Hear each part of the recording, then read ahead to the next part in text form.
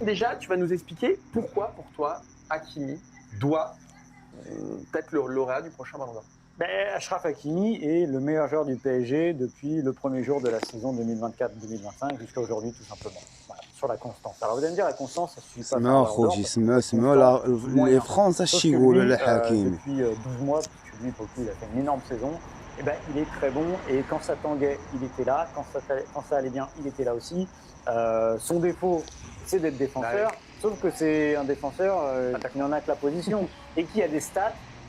خوشي راه خوشي هاشتاغ عاونونا في الهاشتاغ الله يرحم الوالدين اللي ما عاونونا في الهاشتاغ.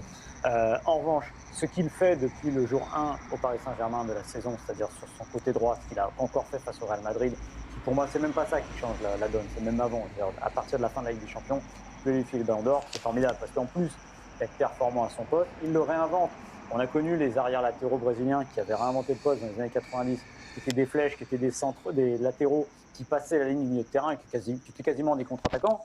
Lui, il fait encore plus que ça, c'est-à-dire que il réinvente le jeu même en diagonale, il ne court pas dans son couloir, il va vers l'axe. Et regardez un match avec Hakimi, il passe la moitié du temps, regardez sa hitmap, il passe peut-être pas la moitié du temps, mais un tiers du temps, quasiment milieu offensif, milieu défensif central, et ou jusqu'à avant-centre, la finale de la Ligue des Champions, il ouvre le score.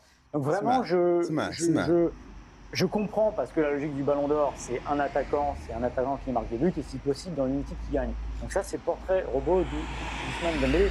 Mais à ceux qui